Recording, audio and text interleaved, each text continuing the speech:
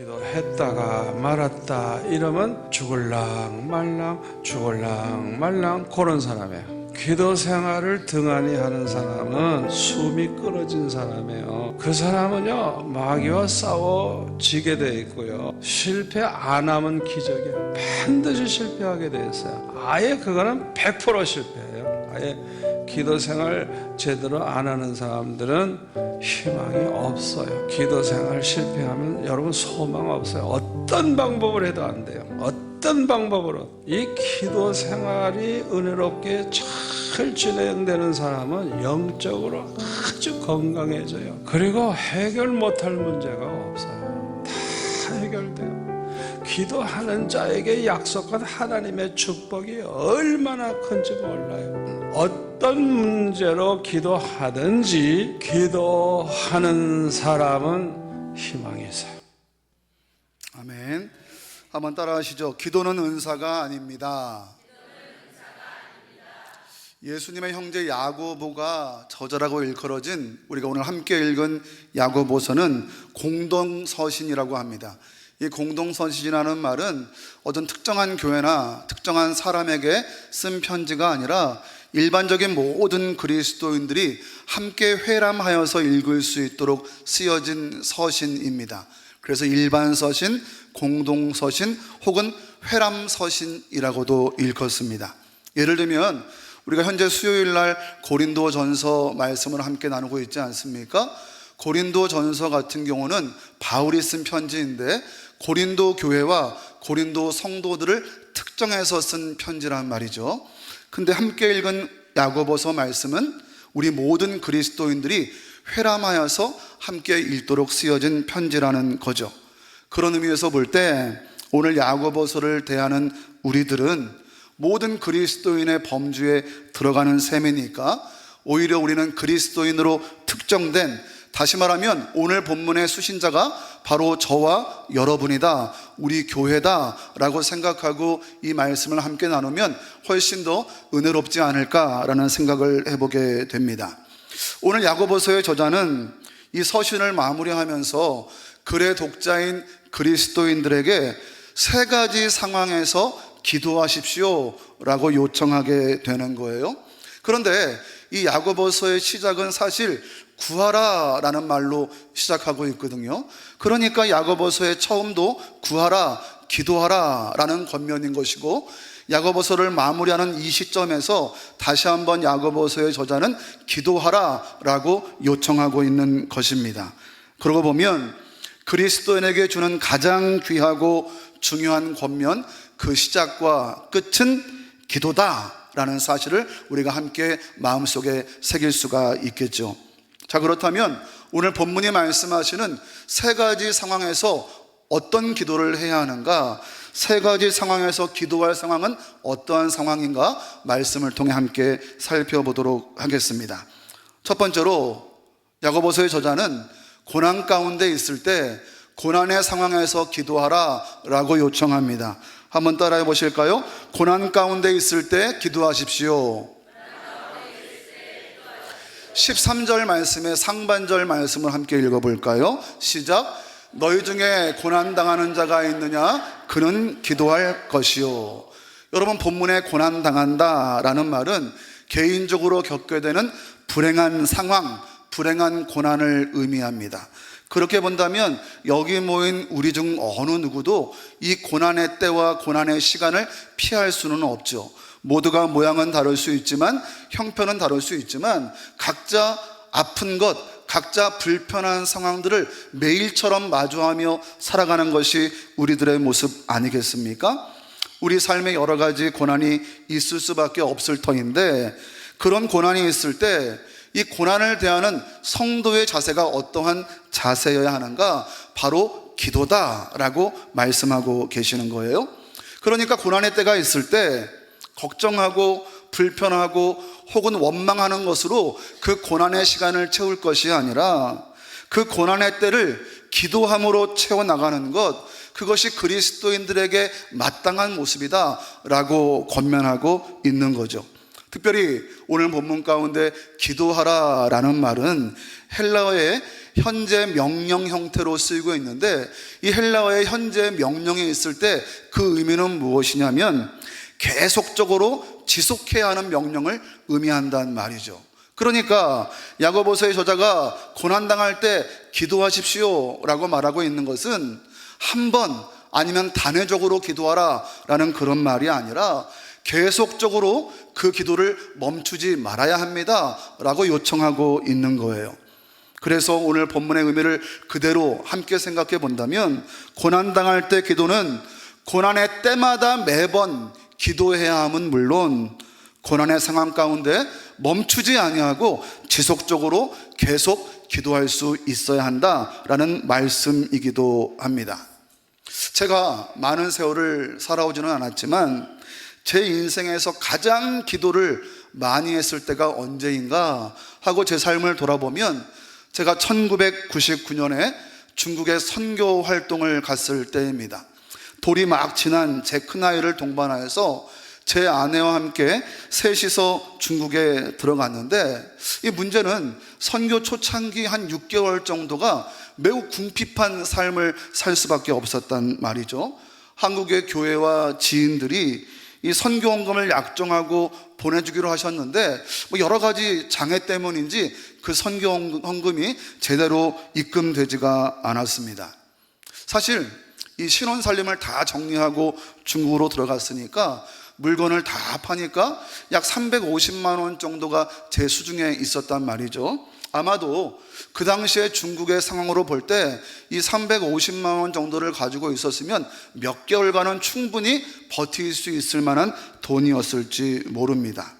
그런데 젊은 객기인지 아니면 믿음의 결단이었는지, 이 처음에 중국에 들어가서 보니까 제가 생각한 것 이상으로 너무나 열악한 상황인 거예요. 제가 11월에 들어갔는데 11월에 평균 날씨가 마이너스 20도, 25도였습니다. 그러니까 이 갓난 막 아이를 데리고 들어간 그 중국이 너무 추운 곳이고 또 여러 가지 사회의 문화 형편이 한국처럼 좋지 않으니까 제 마음이 흔들릴 수밖에 없는 거예요.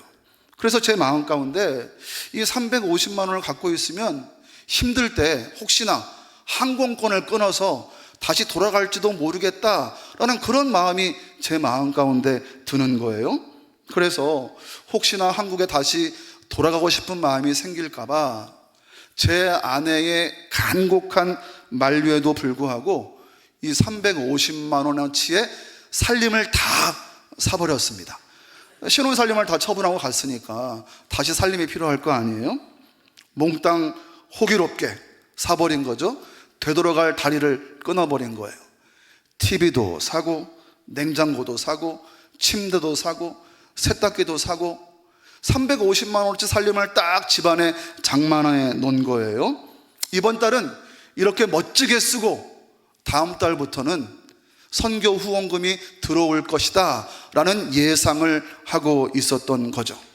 그런데 앞서 말씀드린 것처럼 약정된 선교비들이 여러 가지 이유로 입금되지 못하는 상황이 발생해 버리고 말았습니다.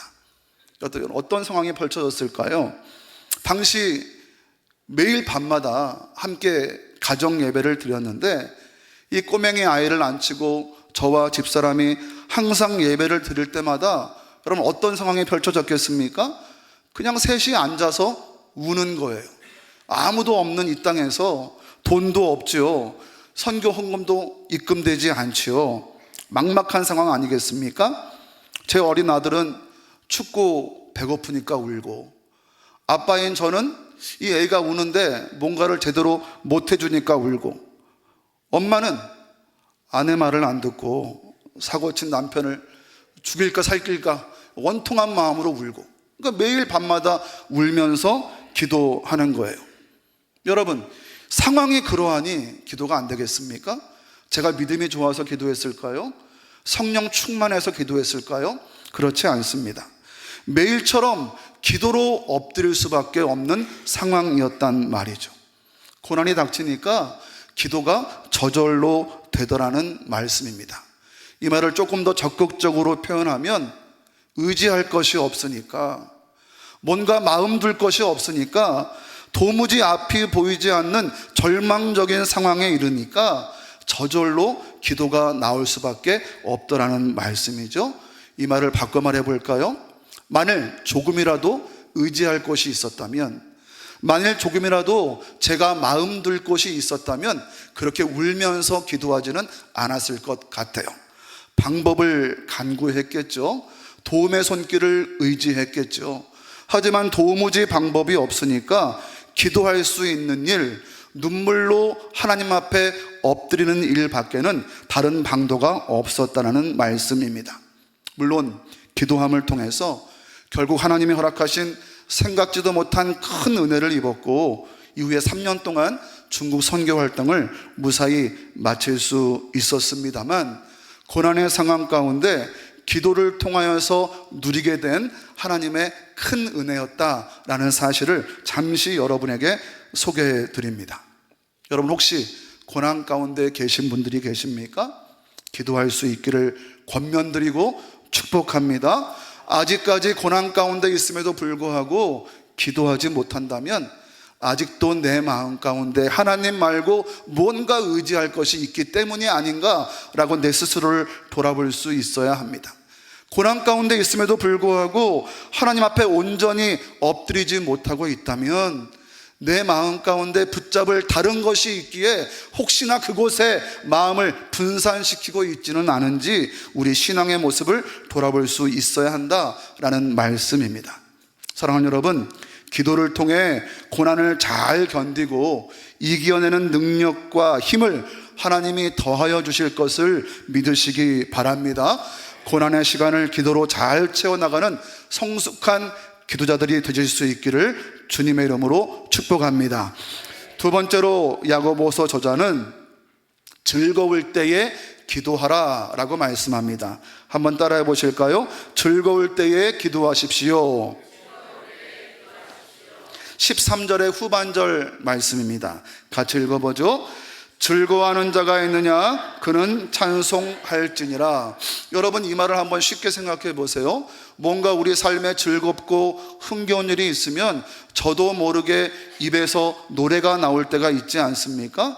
이 본문은 지금 그 정도의 의미를 말하고 있는 게 아니에요. 찬송하라 라고 말씀하고 있지 않습니까? 너희 삶에 즐거운 일이 있으면, 행복한 일이 있으면 하나님을 향하여 노래할 수 있어야 한다.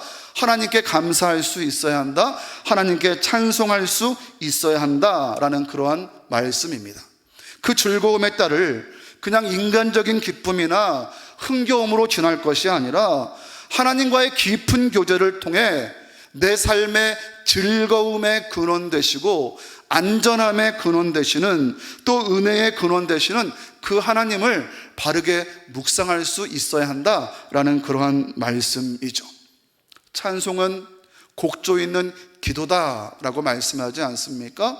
찬송은 곡조가 있는 기도란 말이죠. 그러니까 오늘 본문의 이 말씀은 즐거워하는 자가 있느냐? 찬송할지라 라는 말과 동일하게 즐거울 때가 있느냐? 즐거운 자가 있느냐? 그는 기도할지니라 라는 말씀으로 읽혀도 전혀 무방한 내용이죠. 여러분, 그렇게 생각해 본다면 야고보서의 저자는 지금 고난당할 때에도 기도해야 하지만 즐거울 때에도 기도함으로 하나님을 바르게 묵상할 수 있는 그리스도인이 되어야 합니다 라고 권면하고 있는 셈입니다. 문제는 무엇입니까? 고난 중에는 기도하는 일에 우리가 빠르게 반응합니다. 기도할 때는, 고난 중일 때는 기도하는 일에 우리 마음을 쉽게 놓을 때가 있을 수 있다는 거죠. 그러나 문제는 좋은 일이 있을 때, 내 삶이 평안할 때, 내 삶이 평탄할 때, 아무 일이 없을 때는 더딘 영적 반응으로 혹은 무반응의 모습으로 우리 가운데 나타날 때가 많다라는 사실 아닙니까? 여러분, 그렇지 않나요? 고난 중에는 누가 시키지 않아도 엎드려서 기도했단 말이죠. 고난 중에는 누가 시키지 않아도 주님의 이름만 불러도 눈물이 났다라는 말씀입니다. 여러분의 지금 모습은 어떠십니까? 주님의 이름만 불러도 눈물이 흐르시나요? 주님의 이름만 불러도 가슴에서 뜨거워짐을 느끼십니까? 1999년에 11월 저의 모습이 그랬습니다. 고난 가운데 있으니까 누가 시키지 않아도 그냥 예수님 이름만 불러도 눈물이 나던 시절이 있었단 말이죠. 그러나 인생이 평탄해지니까, 살만하니까, 즐거울 때가 내 인생에 다가오니까 하나님께 기도하는 일보다 그 즐거움을 만끽하면서 인간적인 만족감과 자족감에 스스로를 방치할 때가 훨씬 많다라는 사실입니다. 사랑하는 여러분, 즐거움이 마치 우리의 마땅한 몫인 것처럼, 혹은 나의 노력으로 다 이루어진 것처럼 생각하는 그런 영적 교만함의 오류를 저와 여러분이 범하지 않기를 주님의 이름으로 축복합니다. 여러분, 즐거울 때 하나님을 잊어버리기 쉽습니다. 그러나 즐거울 때 그 원천이 어디인지를 바르게 깨닫고 그 즐거움의 근원 되시는 하나님과 더욱 온전한 샬롬을 누리시는, 이 말을 바꿔 말하면 하나님과 함께 즐거울 수 있는 우리 인생의 때를 기도하는 일에 마음을 두고 함께 이루어갈 수 있는 우리 모든 성도들의 모습 될 수 있기를 주님의 이름으로 축복합니다. 마지막 세 번째로 야고보서의 저자는 병든 자가 있을 때 기도하라 라고 요청합니다. 한번 따라해 보실까요? 병든 자가 있을 때 기도하십시오. 병든 자라는 말은 육신의 질병과 아픔을 가진 자들을 말합니다. 14절 말씀 함께 있습니다. 시작. 너희 중에 병든 자가 있느냐? 그는 교회의 장로들을 청할 것이요 그들은 주의 이름으로 기름을 바르며 그를 위하여 기도할지니라. 먼저 병든 자에게 요청합니다. 병든 자가 있다면 교회의 장로들을 청하십시오. 청한다라는 말은 부르라 라는 말씀이죠. 부를 때에 선제적으로 해야 할 일이 있습니다. 먼저 알려야죠. 나의 병듦을 알려서 교회의 장로들을 청하라, 부르라 라는 그러한 말씀입니다. 교회의 장로라는 말은 현재 우리 교회 장로님들처럼 그런 교회 공동체를 대표하는 지도자들을 일컫습니다. 그러나 직분상의 장로로만 한정짓기보다 교회의 영적 리더들을 아픈 자들이 청해야 한다라는 그런 의미로 보는 것이 더 마땅할 듯합니다. 그러니까 병든 자는 자신의 병을 알려서 교회의 영적 리더들을 불러야 한다라고 말씀하고 있는 거죠. 그렇다면 그들을 왜 불러야 합니까? 무슨 이유로 그들을 부르라고 말합니까? 그들이 주의 이름으로 기름을 바르며 기도할 것이기 때문에, 아픈 자를 위하여서 주의 이름으로 기도할 것이기 때문에 너희들이 병들었을 때에 그 장로들을 청하여 믿음의 리더들을 통하여 함께 기도할 수 있어야 한다라는 그러한 말씀이죠. 그렇다면 이제 병든 자의 청함을 받은 영적 리더들, 장로님들은 주님의 이름을 의지하여서 기도해야 할 텐데 어떤 기도를 어떻게 드려야 할까요? 병든 자 앞에 기도할 것이 무엇이냐라는 말씀입니다. 15절 말씀 함께 읽습니다. 시작. 믿음의 기도는 병든 자를 구원하리니 주께서 그를 일으키시리라. 혹시 죄를 범하였을지라도 사하심을 받으리라. 한번 따라해 보실까요? 믿음의 기도. 여러분, 믿음의 기도란 말은 무슨 말입니까? 믿음으로 기도하라 라는 말씀일 것이고, 확신을 가지고 기도하라 라는 말씀이기도 합니다. 병든 자의 요청을 받아서 기도하는 장로들, 영적 리더들은 기도를 할 때 믿음의 기도를 드려야 한다는 거예요. 왜 믿음의 기도를 드려야 합니까? 믿음의 기도를 드릴 때 믿음의 기도가 병든 자를 구원할 수 있기 때문입니다. 병든 자가 있을 때 우리가 함께 중보하며 기도할 테인데, 그 중보하며 기도할 때 믿음의 기도, 확신의 기도를 드려야만 그 병든 자가 구원받을 수 있다라고 말씀하시는 거예요. 물론 우리 성경에는 구원한다라고 표현되어 있지만 조금 더 정확한 표현은 완전하게 만들다, 고치다라는 그런 의미를 가지고 있습니다. 따라서 우리가 믿음으로 기도할 때 병든 자가 완전하게 된다는 거예요. 병든 자가 고쳐지게 된다는 거예요. 우리의 능력으로 그러는 것이 아니라 우리가 믿음으로 기도할 때 하나님이 그 병든 자를 고치실 것이고 완전케 하실 것이다 라는 말씀이고, 우리가 그렇게 병든 자를 위하여 중보할 때 하나님이 고치실 것이라는 믿음의 기도, 확신의 기도, 그런 마음을 가지고 기도할 때 그 놀라운 회복의 은혜, 완전케 하시는 은혜가 병든 자에게 더하여질 것이다 라는 그러한 말씀이죠. 뿐만 아닙니다. 혹시나 죄를 범한 일이 있더라도, 이 병든 자가 죄를 범한 일이 있더라도 이 중보자들이, 믿음의 리더들이 믿음의 기도, 확신의 기도를 드린다면 그 죄의 문제도 사하여지는 역사가 일어나게 될 것이다 라고 말씀하시는 겁니다. 여러분, 혹시라는 말에 유념해 보시기 바랍니다. 혹시 죄를 범하였을지라도 라고 표현하고 있지 않습니까? 이 말씀은 모든 질병, 모든 육신의 질병이 죄와 연결된 것이다 라는 그런 의미가 아닙니다.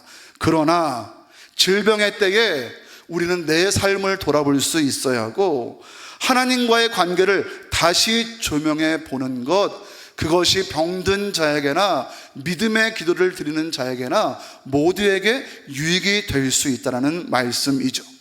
그러니까 혹시나 하나님과 어그러진 문제가 있더라도 믿음의 기도자들, 교회의 영적 리더들이 믿음의 기도를 통해 다시 회복되는 은혜가 있을 수 있기에, 죄를 사함받는 은혜도, 피차간의 죄의 문제를 다시 한번 점검해보는 그 은혜도 함께 누릴 수 있게 된다라는 그러한 말씀입니다. 따라서 믿음의 기도는 육신의 질병뿐만 아니라 하나님과의 관계도, 즉 영적인 문제까지도 고쳐주셔서 회복시키는 능력을 가지고 있는, 그런 위력을 가지고 있는 기도다라는 그러한 말씀이죠. 때문에 우리가 병든 자들에게 기도 요청을 받았을 때 믿음의 기도, 확신의 기도를 가지고 기도해야만 할 마땅한 이유가 있을진데, 먼저는 주께서 그의 병을 회복시켜 주실 것이고 완전케 하여 주실 것이고, 그 과정을 통하여서 죄의 문제를 다시 한번 회개하며 주님 앞에 올바로 설 수 있는 기회를 우리 가운데 허락하시기 때문이다 라는 말씀이죠. 이 시간 축복하기는 우리 교회의 장로님들이, 또 우리 교회 영적 리더 되시는 권사님들과 집사님들이 믿음의 기도, 확신의 기도를 하시는 중보자들이 되셔서 그런 놀라운 하나님의 기적을 체험하시는 직분자들 되실 수 있기를 주님의 이름으로 축복합니다. 그렇다면 이렇게 중보자들이 기도할 때 그 중보자들을 요청한 병든 자는 어떠한 자세를 취해야 할까요? 병든 자는 중보기도를 요청하고 장로님들을 부르기만 하면 다 끝난 것입니까? 병이 있는 당사자의 역할은 무엇일까요? 16절 말씀 함께 있습니다. 시작. 그러므로 너희 죄를 서로 고백하며 병이 낫기를 위하여 서로 기도하라. 의인의 간구는 역사하는 힘이 크매니라.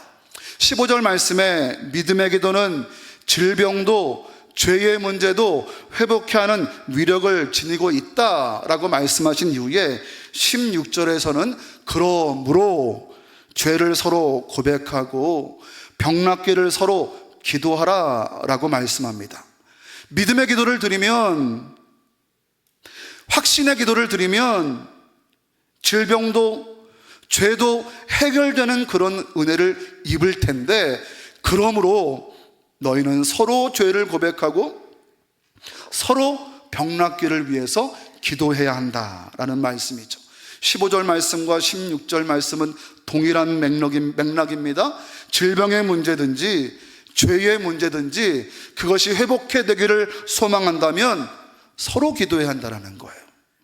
장로를 청한 병든 자도, 청함을 받은 영적 리더들, 장로들도, 그리고 공동체 구성원 모두도 함께 서로가 기도의 책임을 잘 감당할 때 육신의 질병도 죄의 문제도 회복되는, 완전케 되는 하나님과 샬롬을 누리는 그런 은혜가 임하게 될 것이다 라는 그러한 말씀이죠.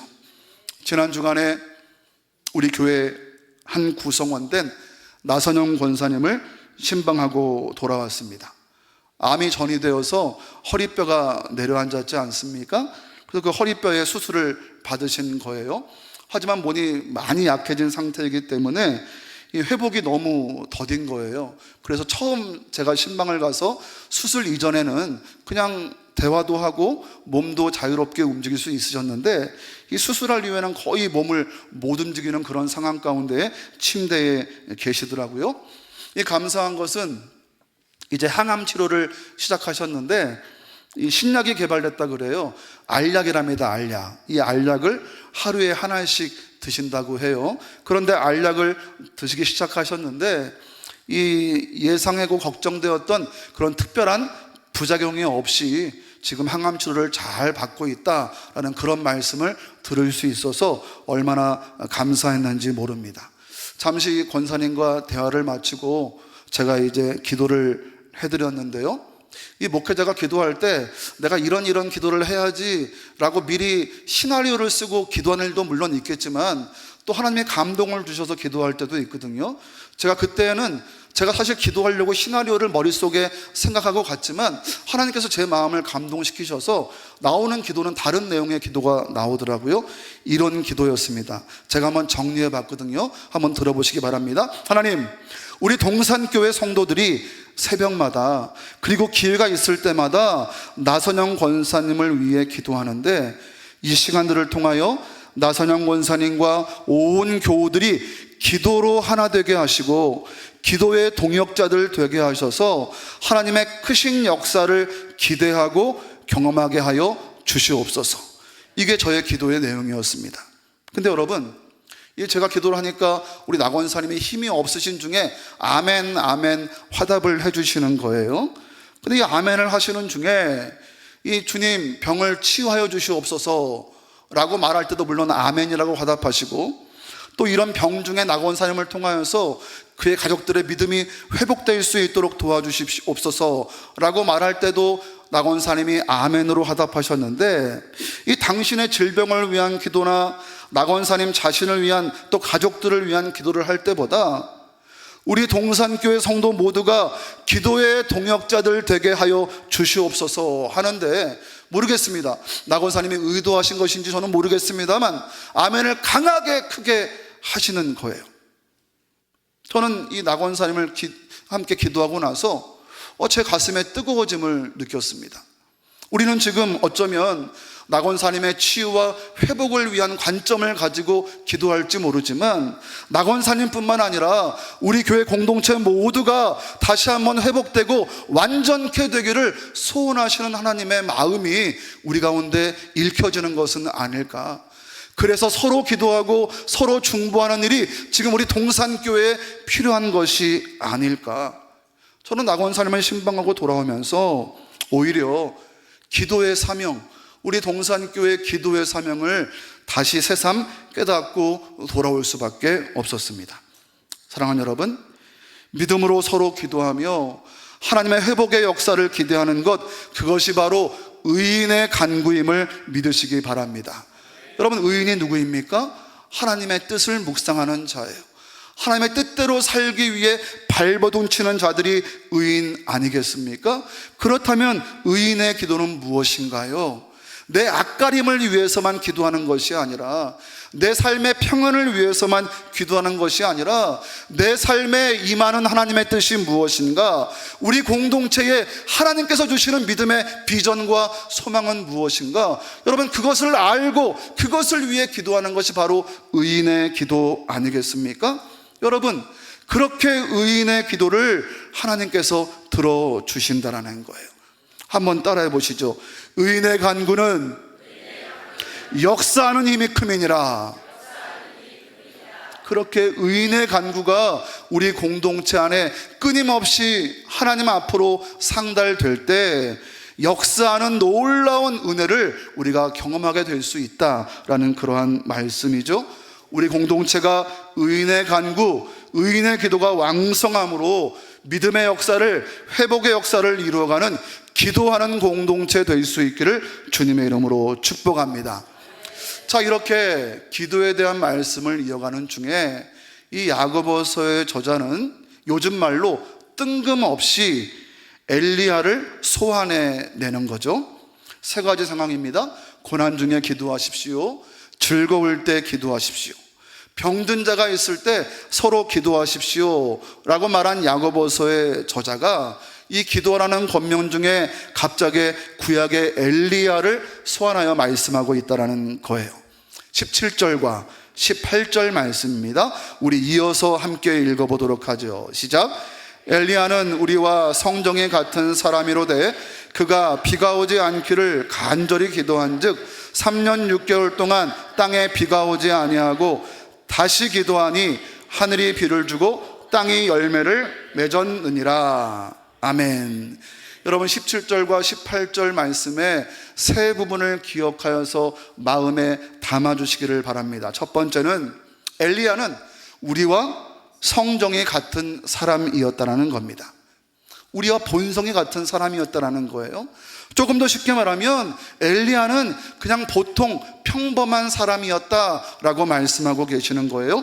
특별한 능력이나 특출한 장기나 쉽게 말하면 초능력을 가진 사람이 엘리야가 아니었다는 거예요. 두 번째 담아둘 부분입니다. 엘리야는 간절히 기도했습니다.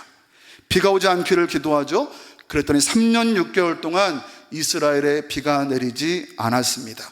간절히 기도했더니 일어난 이적입니다. 언제 그랬다고요? 간절히 기도할 때요. 마지막 세 번째 담아둘 말씀입니다. 엘리야가 다시 기도했답니다. 간절히 기도한 엘리야가 다시 하나님께 기도한 거예요. 그랬더니 3년 6개월 동안의 가뭄이 멈추어지고 비가 내리고 작물들이 열매를 맺을 수 있었습니다. 언제요? 다시 기도할 때요. 자, 이제 17절로 18절까지 제가 방금 말씀드린 세 부분을 제가 한 문장으로 요약해서 여러분과 함께 나누기를 원합니다. 여러분 한번 들어보십시오. 엘리야는 특별한 능력을 가진 자가 아닌 평범한 사람이었지만 간절히 기도하고 또 기도하였더니 하나님의 특별한 능력을 드러낸 믿음의 사람이 된 자로다. 할렐루야. 여러분 그렇습니다. 특별해서 기도하는 것이 아닙니다. 또 특별한 사람이 기도하니 하나님의 역사가 일어나는 것이 아닙니다. 우리와 성정이 같은 사람, 범인 엘리야가 기도하고 또 기도한 것처럼 고난할 때에 기도하고 즐거움일 때에도 기도하고 병들었을 때에 기도하고 공동체가 하나 되어 기도하고 의인의 간구를 가지고 하나님 앞에 소원할 때 여러분 특별하신 하나님의 역사가 일어나게 된다라는 말씀이고, 그럴 때 우리가 믿음으로 비범한 자 될 수 있다라는 말씀이고, 그럴 때 우리가 기도의 능력자 될 수 있다라는 그러한 말씀임을 믿으시기 바랍니다. 특별한 자 아니었던 엘리야가 하나님의 특별한 은혜를 경험한 것처럼 특별하지 않은 우리 동산교회 성도들이 항상 기도하고 간절히 기도하고 또 기도함으로 말미암아 하나님의 특별하신 은혜를 입는 우리 성도들의 삶이요 우리 교회 될 수 있기를 주님의 이름으로 축복합니다. 말씀을 마칩니다. 오늘 말씀의 제목인데요, 한번 따라해 보실까요? 기도는 은사가 아닙니다. 특별한 은사를 가진 분들만 기도하는 것이 아니에요. 저는 365일은 엄밀히 말하면 아니겠네요. 우리는 매주 토요일은 새벽 예배가 없으니까요. 저는 1년 내내 기도합니다. 제가 특별한 사람입니까? 제가 아니면 성령 충만한 사람입니까? 아닙니다. 하나님을 붙들고 하나님의 이름을 붙들어야만 사역을 감당할 수 있는 너무나 모질고 못난 사람이기 때문입니다. 아니면 어쩌면 평범 그 이하의 사람일지도 모르겠습니다. 하지만 기도는 은사가 아니라 내가 평범하기 때문에 하나님의 특별한 은혜를 덧입으려면 매일처럼 기도하지 않고는 내가 살아낼 수 없다라는 믿음의 확신이 제 마음 가운데 있기 때문에 저는 매일 기도할 수밖에 없습니다. 여러분은 어떠십니까? 기도는 누구나 언제나 함께 서로 해야 하는 것입니다. 믿음으로 기도하며 역사를 간구해야 하는 것입니다. 주의 이름을 의지하며 중보하며 기도해야 하는 것입니다. 여러분 고난 중에 계십니까? 기도하셔야 합니다. 기도함으로 하나님의 은혜를 덧입으시기 바랍니다. 여러분 혹 즐거운 가운데 계십니까? 여러분 삶이 평탄하여서 행복에 겨운 삶을 살고 계십니까? 그렇다면 더 기도하셔서 즐거움의 근원 되시는 하나님을 더 깊이 묵상할 수 있어야 합니다. 병중에 계십니까? 중보 기도를 서로 요청하십시오. 우리가 서로 함께 기도할 때 의인의 간구가 역사하는 힘이 크다라는 믿음의 확신을 가지고 울부짖어 기도할 때 하늘의 역사가 일어날 수 있습니다. 기도하면 주께서 행하십니다. 기도하면 하나님이 감동하십니다. 기도하면 하나님의 능력이 저와 여러분 우리 교회에 나타날 수 있습니다. 여러분 기도는 은사가 아닙니다.